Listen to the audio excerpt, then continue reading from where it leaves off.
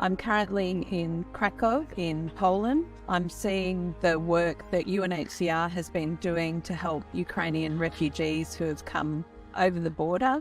I've had the great opportunity to speak to many of them in different settings to get a better understanding of the challenges that they're facing and also how they manage their trauma and their situation whilst they're in Poland.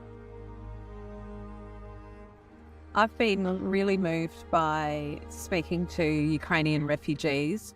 I've had an opportunity to visit shelters. I was in a shelter that houses 155 Ukrainian refugees, and many of them, actually 50% of them, will not be able to go home because their homes have been bombed. I've been able to see what the cash assistance program that UNHCR runs has been able to do. I've just come from visiting a woman and her son, her 20-year-old son, who relied on the cash assistance and would not have been able to make it through. Her son has autism, so she was in a really difficult situation, but thanks to cash assistance, they were able to afford their rent. It's stories like this that have really touched me and have been amazing to witness. Big love.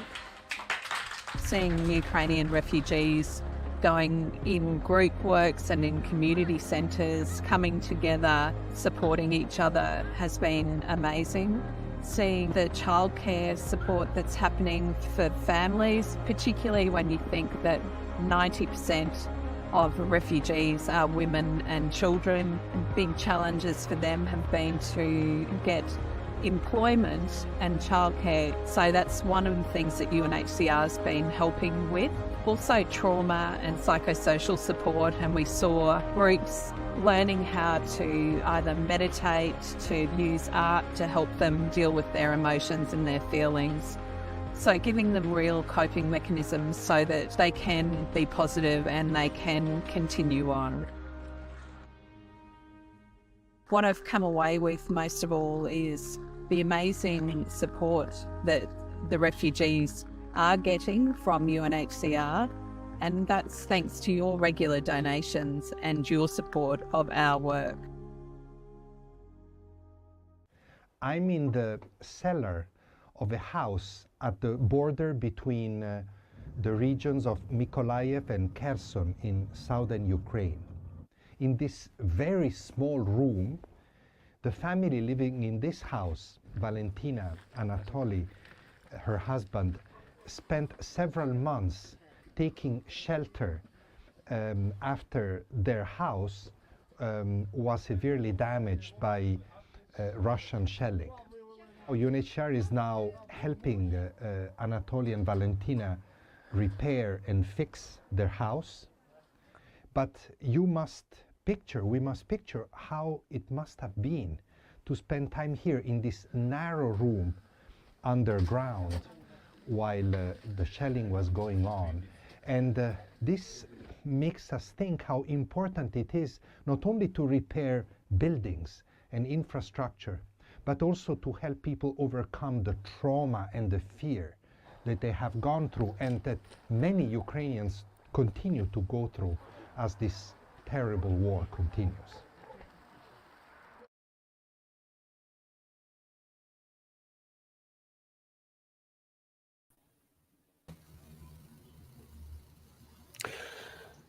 Trudi Mitchell, welcome to the Impact Leaders webinar. Thank you so much for joining us today. Thank you. Thank you so much, Jeremy. I'm always struck by the work that UNHCR does around the world, having been into a number of refugee settings myself, perhaps most notably the Rohingya refugee camp. And I think there's a lot to discuss here around their challenges, not only facing refugee communities globally, but the extent to which often the awareness about their work falls away very quickly, or the awareness around the issues and people's specific plights. As of course, as we've just seen, the reality is eclipsed by dramatic footage and of course very real need on the ground And yet at the same time, there's extraordinary need in the developing world, which largely the world does not know about. So it'd be great if we could also touch on that today, if that's okay with you.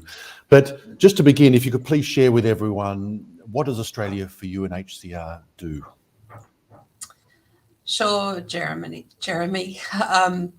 So Australia for UNHCR is the national partner for UNHCR, and our role is really around supporting UNHCR's global work by getting support and raising awareness from Australians. And, you know, when we're talking about UNHCR's global work, that's responding to emergencies. And, you know, as we've seen, you know, Ukraine was one of those emergencies, but the reality is that UNHCR is in 130 countries around the world at this time. And the number of emergencies that UNHCR is responding to is at epic levels. It was 35 emergencies last year. So it's not just in these countries like Ukraine, but it's important to acknowledge that. But it's in 130 countries throughout the world. And I think the other thing that we do is support, human rights, and that's UNHCR's work around protection, protecting vulnerable people, whether that's refugees, internally displaced people, or asylum seekers. And then UNHCR has a longer term role, which is around development, education, providing livelihoods for people who've been displaced for a long time. So, as you've said, Jeremy, the settings are different. And I also was in Bangladesh in March this year, and that was a really different sort of situation to what I saw in Poland, for instance, at the end of last year. And UNHCR has to be adaptable and work within all those different settings to support those who are most vulnerable. Could you share with us a little bit about your journey? What were you doing before this, and what inspired you to now work as a CEO, which is a very big role for Australia for UNHCR? Yeah, look, I've actually worked in the NGO world for a long time, for around 30 years. Previously, I was head of marketing and communications at Cancer Council, New South Wales. I came to Australia for UNHCR because, the important work that UNHCR does globally, and the great reputation of Australia for UNHCR. And you're right, Jeremy, there's nothing like being a CEO for the first time. So I'm 1 year in, and it's a different role, and it's a great pleasure and privilege to have this role. And, look, I think every time I go to refugee camps or refugee settings, I get that opportunity to speak to people and who are refugees, to understand their stories. And I feel I've got this incredible opportunity to share that with other people, to build understanding and support. That's sort of where I'm at. And, being the CEO is still a bit of a learning curve, but, you never know what might come each day. But I'm sure most of the people that are on this webinar would know about that. I can relate to the CEO role being a learning curve. and a very steep one at that. So your passion for empowering and fighting for the rights of asylum seekers, can you share where that came from? Because we find most people in this sector have been deeply moved at some point in their life. So by one experience or a series of experiences, can you share what either that experience or those experiences were? I think I've always been very passionate about justice, and and seeing injustice has always hurt me. And I think it goes back to experiences I've had with the kindness of strangers, you know, people helping you and they don't need to, and just how amazing that is. And in my work in multiple NGOs, it's been about meeting those the beneficiaries, and seeing that impact that you're having. Particularly in this role, I'm incredibly passionate because, you know, nobody wants to be a refugee. Nobody would choose that. Nobody would choose, as you know, as I've seen and with refugees I've spoken to be, you know, fleeing from their home in the middle of the night with nothing but the clothes on their backs. And, you know, many of these people are women and children, about 90% of them, and they're often very vulnerable. So, you know, that is not right. And, you know, I think as a community, I come back and I think about when I come back to Australia, I feel grateful to live in Australia, but I also know that we're in a position that we can do more to help. And that makes me very passionate. Do you feel that a big gap is the fact that most people don't have a direct experience of what it must be like? And that's a big part of the work of UNHCR, to bring to life effectively the challenges and the trauma for communities going through this. What do you think it would take to really engage and deeply move people sufficiently to galvanise them into action? Look, you know, I think at Australia for UNHCR, we do have a lot of supporters, including yourself and I Equals Change, who get it. And I think there is that time where, you know, Ukraine or Afghanistan might be in the media. And what we need to do is we need to inform people of all of those other situations that nobody's hearing about, like the Horn of Africa, you know, Rohingya, for instance. Like, they're incredible situations, and you know, funding is a huge issue. So I sort of see it. I think it's about hearing refugee voices, hearing refugee stories, and telling those stories. And I feel that that's what myself and my team really try as hard as possible to do. And also telling the positives, because I think sometimes it can become, you know, a bit depressing if there's, you know, it doesn't feel like there's an end. But telling the positives around the impact that we're able to have by the contributions that we make, whether that's, you know, young girls going to school, getting an education, you know, women being able to access medical care, providing cash assistance so family can make, you know, pay rent. So there are lots of things that we can do, and I don't want us to think that it's too hard, because it's not. So speaking of individual stories then, because that can bring this to life very powerfully, we just saw a video of you earlier this year in Poland. Could you tell us about some of the experiences and some of the people and Ukrainian refugees you met, and even perhaps one story that touched you the most? Look, it was very moving to meet those refugees, and, you know, mainly women. And I think in that video, you would see that there was a community group which is made up of older Ukrainian women, and it was, you know, amazing to sort of talk to them, and I could see in their eyes that they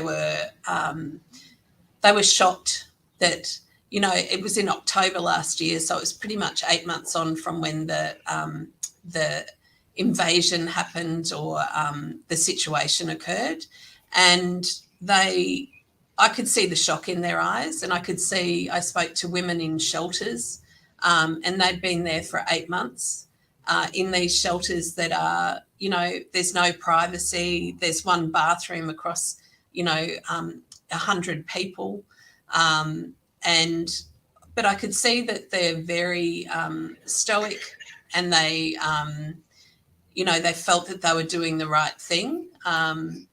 One of the women that I was sitting on the couch with in that video, if you saw that, was Julie, and she told me about how she was in Mariupol when the bombing occurred, and she and her family had to go to the basement, and they were there for weeks. She had 2 little kids, her parents and her husband. They were there for weeks, but what happened was the infrastructure started to let go. So that was electricity and water, and even just being able to find food.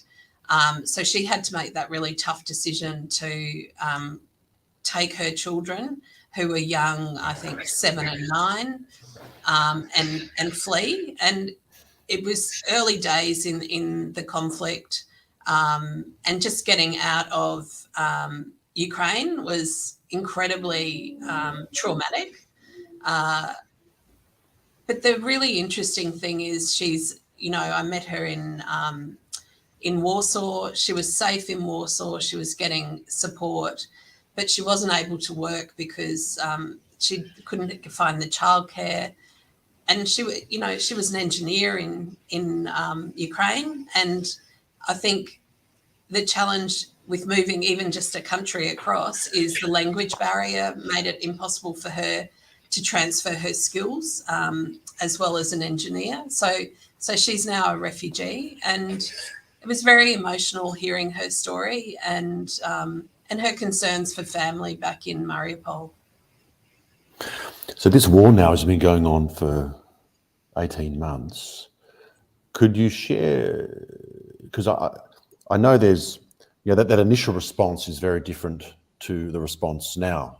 That initial emergency. Could you sort of share with our audience how a large INGO such as UNHCR deploys resources and responds when an event of this magnitude occurs? So what happens in the early phase, and how is UNHCR now responding to support communities 18 months on?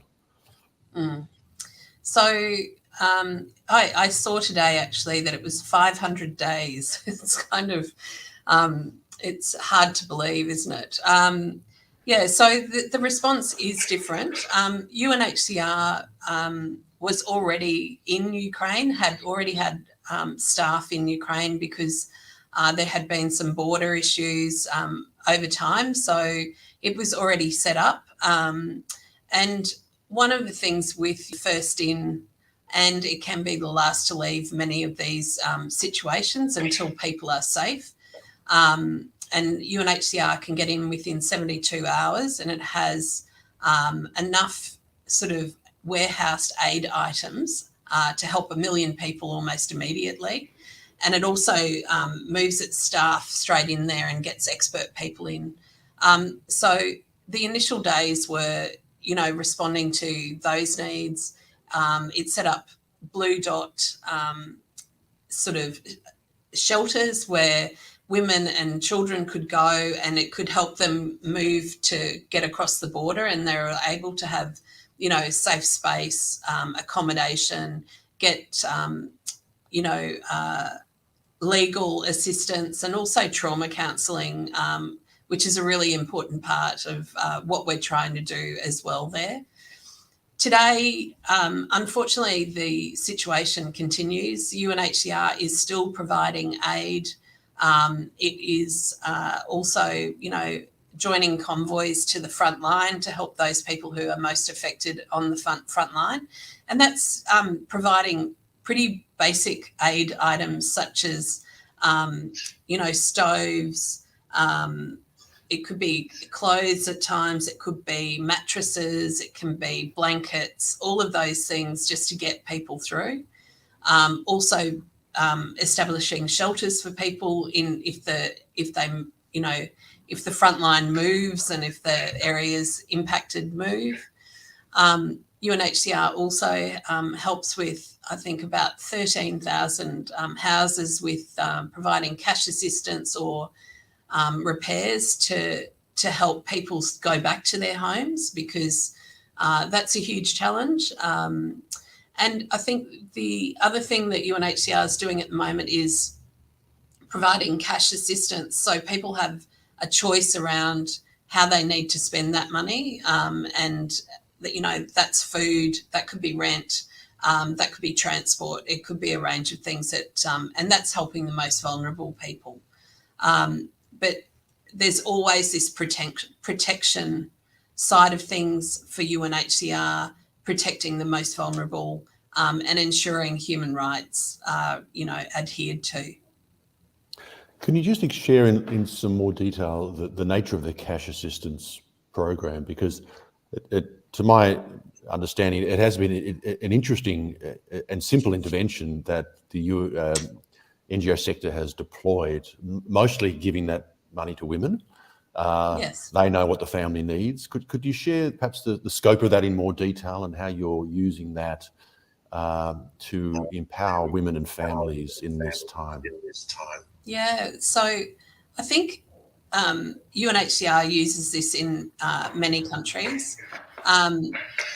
You know, one that I can think about is Jordan, with Syrian refugees who have been there for going, you know, 11 years now. And the most vulnerable refugees there do receive cash assistance, and those are often single-headed households with women as the lead in the household, and they really need assistance. And I've been able to see, you know, what women have been able to do with that money, and it provides dignity. It's because it gives people that the ability to make a choice around where they most need the funds. It's not a huge amount of money, but it makes a difference. So it could be on rent, it could be helping children with school books. I've met women who had children who had, you know, illnesses, and it's getting medication that they wouldn't otherwise be able to get. So it's about, you know, giving those families back dignity. And you're right, Jeremy, it's about particularly women and children, and giving them that, you know, opportunity to be, have dignity and to make choices. In Ukraine currently, I mean, we keep hearing the news, you know, every day there's another attack from Russia. The communities on the front lines, how does UNHCR support communities within effectively a war zone? And what's your understanding of how those Ukrainians are managing in this time, those living in those villages and towns and even cities on the front lines? You'd have to think 18 months on that your resilience would be tested, wouldn't it? And UNHCR works on the front line. Our staff go in there. Obviously, it has to be safe enough for them to be able to provide aid to people. So it's a real focus. It's a real focus around also helping to repair people's homes in those situations. So it is something that UNHCR is doing. It's on the ground. It's in those spaces. So, sorry, something happened there. So UNHCR is on the ground. I've had conversations with colleagues who are in Ukraine, and you can hear the air raid sirens going off, and they have to suddenly leave and go down to the bunkers. So they're also living in a very stressful environment. And we have many of our UNHCR staff are Ukrainians, so they do understand, you know, the situation, and many of them have also lost family members. So Trudi, I'm curious, how do we overcome compassion fatigue? having been, as you shared earlier, also to the Rohingya refugee camp, there are a number of refugee settings around the world where families, and often women and children predominantly, will be there or have been there already for generations. I mean, I note there is a series of refugee camps up on the Thai-Burma border that have been there for 30 years, and most people do not know that they exist outside of the NGO community, where there's a few 100,000 Burmese, mostly Karen refugees sitting in the jungle. And it's absolutely heartbreaking to see. And again, outside of a small NGO community that supports this community in effectively the jungle, no one knows about them. And I guess that's emblematic of what's happening around the world, where, you know, there is an illegal war, innocent people are killed, we can relate because they're white Europeans. It's so patently unjust. It is a much simpler one for us to get our heads around as wealthy countries, and therefore it has, rightly so, galvanised an enormous outpouring of support. But how do we keep on the map some of these other issues, like you say, you know, Bangladesh, the Horn of Africa, where hundreds of thousands of people are starving and children are dying every day. Sudan, of course, is part of that. Ethiopia, Somalia, other places around the world where there are outflows of refugees, which are only going to increase with the impacts of climate change and these weather events. Given, you know, there's something around human nature, which I understand we feel overwhelmed, and we feel that we often don't even know where to start. And so we often just respond to that which we can relate. And perhaps Ukraine has been that event. It's been a simpler one to be emotionally very moved by. But how do you think, and how does UNHCR think about galvanizing long-term support for communities in the developing world and refugees, which may not receive, and often don't, the level of news coverage that Ukraine has? How do you think about how we could possibly kind of shine a spotlight? And because these are the communities where the money goes a very long way, and from what I understand, you know, the Ukraine effort has been very well funded globally, but of course the communities where they're not in the spotlight, or even Rohingya, the largest refugee camp in the world, is struggling to still maintain that support from the international community. I'm just curious about how you, as an organisation, you think about shining a spotlight and maintaining support for those people most forgotten. Well, I think that is where UNHCR is uniquely positioned. UNHCR is always speaking to governments about all of these situations. But I think it's a valid point. And UNHCR, you know, if we're going to look at the numbers, and when I started at Australia for UNHCR in 2016, we had something around 65 million people who were displaced or refugees or asylum seekers. And this year, that number is 110 million. So we're seeing it just grow. And actually in the last year, because of Ukraine and Sudan, it's grown by around 19 million people. And obviously that requires a political solution. And until that time, it's UNHCR and its partners who needs to be there to help save people's lives. And, you know, in Bangladesh, the Bangladesh government have been supportive, but there's just, you know, there's been food rations that have been cut, and there are other impacts around the cost of living. You know, inflation is impacting UNHCR's work as well as the growing need. So how do we make this not overwhelming for people? Well, I think it's about connection, that we're all in this together, and telling people's stories and hearing from, you know, refugees around their situation, and using every avenue that we can to speak about what's going on. I do feel that, you know, our donors that we speak to, they get it. Like, we go out with different, you know, if it's a an appeal on the Horn of Africa or Rohingya or Afghanistan, or for Syrian refugees, they get it. And we have such a generous response from our supporters and donors. Unfortunately, it would be really nice to see all of these situations go away. But until they do, we have a responsibility to other fellow human beings to do our best. And I think, Jeremy, as you said, the impact that you can have can be enormous in these countries, making donations and supporting projects. It's really important. I've seen at Australia for UNHCR, we've been able to support, vocational training centres, schools, building computer centres, building health facilities in, the Democratic Republic of Congo, for instance. So we're doing a lot of different projects, as well as, having that focus on major emergencies that are arising.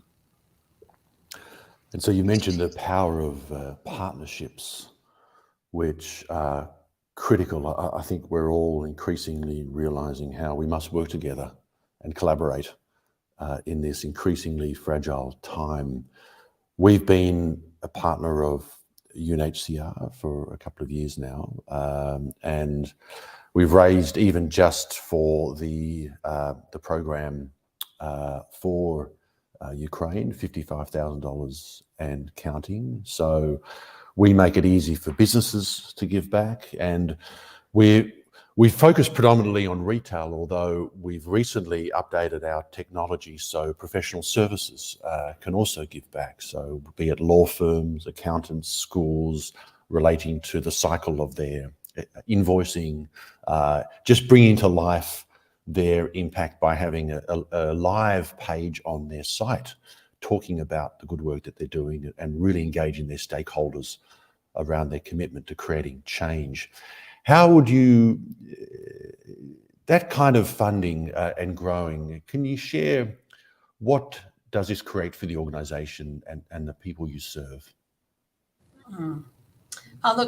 It's really vital. And I think you've made a really great point. Like, we have to work in partnership. And I think your initiative, or I = Change, the initiative is just a fantastic one, isn't it? There's an ease for customers as well as for Australian retailers, and it's making a big difference. $55,000 goes a long way, and it really helps, whether it's us being able to provide aid items, cash assistance, and helping the most vulnerable. And it does make a difference. So, we're really grateful to have this relationship and to have the support of those Australian retailers who have generously chosen us as a charity of choice. A big thank you to them and to you.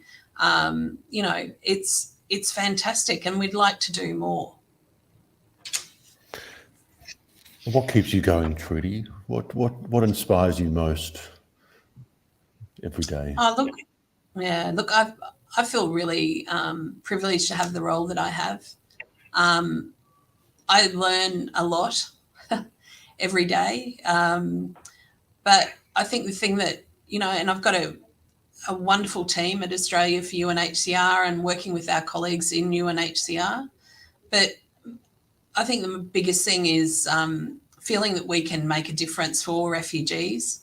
And when I speak to refugees, even in Ukraine, they were so touched that Australia or Australians were thinking of them and wanting to support them.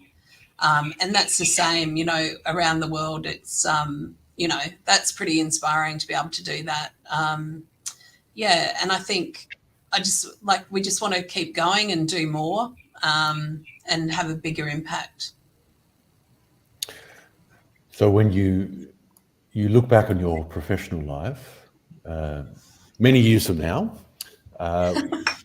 what do you believe you will feel most proud of?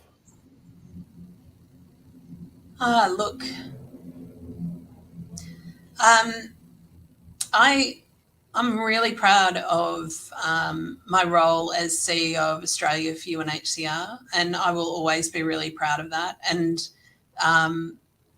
the opportunity that I get to go to places and to speak to people and then come back and share their stories and get support for them, it's a great privilege. I think about a young guy I met in Uganda, actually, and he was at Chakatu refugee camp. And we'd just built, like this is a couple of years ago, but we'd just built a vocational training centre there for the refugees as well as the nationals, the people, the Ugandan people. And I said to him, what do you want to do? And what difference will this vocational training centre make to you? And he was like, well, if I don't get a skill or a livelihood, or if I can't, get some training, because they're very isolated where they were. He said all he could look forward to was just helping in the veggie garden at his home, basically. I feel like I can see the tangible impact that not just me, but my team and our supporters and donors have made. And I feel, very heartened by that. And ultimately, I think I just want to be a good citizen who's giving back, doing as much as I can, and hopefully engaging people so that they want to help as well. Part of the reason we run these series is to demystify the work that NGOs do, noting that many people still have a fairly basic understanding of the quote-unquote charity sector, and have this idea about overheads rather than impact. And I'm sure you'd agree we should be assessing the impact of the funds we donate based on the impact that it has, not the fact that there are overheads and staff need to be paid like any organisation, but actually measuring them based on their expertise, their knowledge, their commitment to community, the extent to which they hire locally, source locally, work locally to empower those communities, especially where there are refugees. What is the greater impact of that for the local community? I mean, Bangladesh, again, an example of the impact that's had on the economy, of suddenly welcoming and allowing to stay 1 million people. That has a huge impact on the rest of the country to some extent. And so these are complex situations, as you've seen obviously firsthand many times. And I remember being at one of your lunches, and an extraordinary man, an Iranian who is now a leading surgeon at a hospital in Sydney, and he said, I want everyone to not forget that no one chooses to become a refugee. No one leaves their home unless they absolutely have to. And I think in the developed world, we still have this idea that people are just trying to sort of quote unquote skip the queue and come here because they can, because they think it's a better life. But, as you've seen yourself, in some pretty terrible places or desperate places, these are people's homes, and it's their community, and it's their language, and it's their culture, and it's their food, and it's their music, and it's what they know. And no one leaves generally unless they absolutely have to. And I think it's also worth, reminding ourselves that we all came from somewhere else in this country, unless we are part of the Indigenous community. And of course, we quickly forget that, and understandably, because most of us don't have a lived memory of that. Unless we came from perhaps Europe, in the last, or Russia or Ukraine in the last sort of 20 or 30 years. And so I think it's to hear the stories and bring it to life is so powerful, because for many of us, these are the stories of our grandparents or their parents. It's not that long ago at all. So Trudi, how can I Could Change Businesses help? How can we continue to support the great work that Australia for UNHCR is doing? I think that was an amazing summary there, Jeremy. look, we would like more businesses to, join I Equals Change, choose us as a charity of choice, but actually, just choose charities that resonate with you and do something that is doing good and building people up and building our community up. And, I think know that you can make an impact, you can make a big impact. And, and we're always looking for partners and funding projects and, all of that sort of thing. So we're really grateful to I Equals Change. You've supported situations in Ukraine, Kenya and Afghanistan so far. But the need continues. So we'd really grateful for that ongoing support. And so for businesses that are joining us on the call today, or if you know businesses, and actually it can be any kind of business now, not only a retailer, UNHCR is doing extraordinary work. And we've built this platform to drive the benefits back to business around the content, around the storytelling, a way in which as a business you can engage with your consumers beyond product to really clearly communicate your purpose. And we're seeing that drive engagement, drive growth, drive loyalty exponentially, because all of us as consumers want to support businesses that have a clear purpose, that are giving back, that do stand for something bigger. And so it moves that effectively purchase decision from head to heart. And there's no escaping now the state of this world, and it is a fragile time. And so the more we can back those businesses that have a clear purpose, that are giving back, the better chance we have to stabilise not only Australian businesses and the economy, but effectively the environment that sustains us all. So I'd love to just open it up for questions if there's any from our listeners today. From an Instagram user, thank you. What can we do as Australians to further support the work of UNHCR in addition to donating? Look, I think there's lots of things that you can do. I think it's about educating yourself, making sure you know what's going on in the world, and being able to speak to other people around what UNHCR is doing. I think it's also there's opportunities to, perhaps employ refugees in your businesses and think about how you might be able to support, some of those things happening. And I just think it's about raising awareness, sharing information on social media that's accurate around UNHCR and the refugee issue in the world. So I think there's lots of things that you can do. And, I think raising awareness, and funding is also really vital. Yeah. What are some of the key advocacy efforts that Australia for UNHCR is currently engaged in to raise awareness about refugee issues? So it's quite interesting at this time.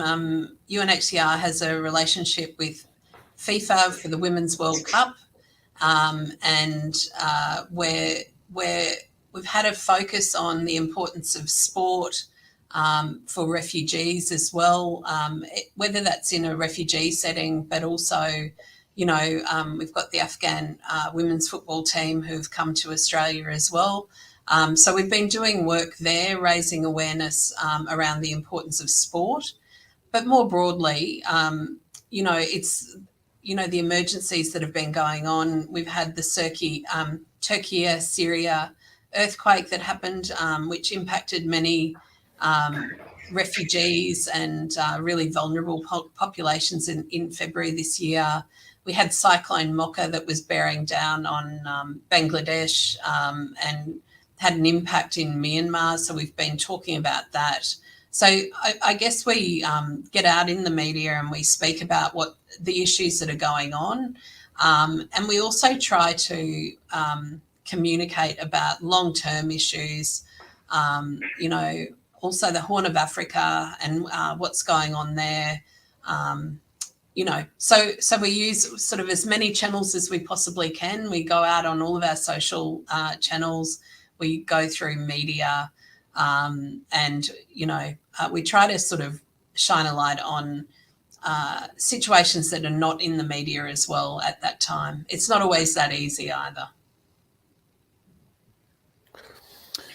Is UNHCR looking at supporting refugee survivors in terms of trauma recovery? And who do we talk to help? Yeah, so UNHCR has works with partners around psychosocial support, trauma response. You would have seen, those ladies in that community group in Ukraine at the beginning in the video. That's a trauma response. So they're doing things like, and it's the same for children, using art therapy. It could be meditation. It could be tapping therapy to sort of help with trauma. And UNHCR does provide staff to help with psychosocial support, and not just in Ukraine, but around the world. It's an important focus. Thank you. Thank you, everyone, for those questions. Trudi, thank you so much for your time today. It's really been an honour to have you and to learn from you and to hear of your direct experiences. Having met now some of your extraordinary team, I can attest to the deep passion and expertise and commitment. And as you say, there are over 110, I heard 100, I mean now it's 110 million people on the move. This is the greatest number ever in our combined history. And so this is an issue that's only going to possibly get worse before it gets better. And so anyone's support is incredibly valuable. And of course, I Could Change has built a platform to be that conduit, to make it simple, to make it powerful, and to deliver 100% of that funding that we receive back to the work of our NGO partners, such as UNHCR. So thank you again for your time, and we won't hold up more of your time. You have a lot to do, but thank you so much again for sharing and for joining us today. Thank you, and thanks, Jeremy, to you for your passion, and thanks to I Equals Change and to all of the Australian retailers out there for doing such good work. Thank you.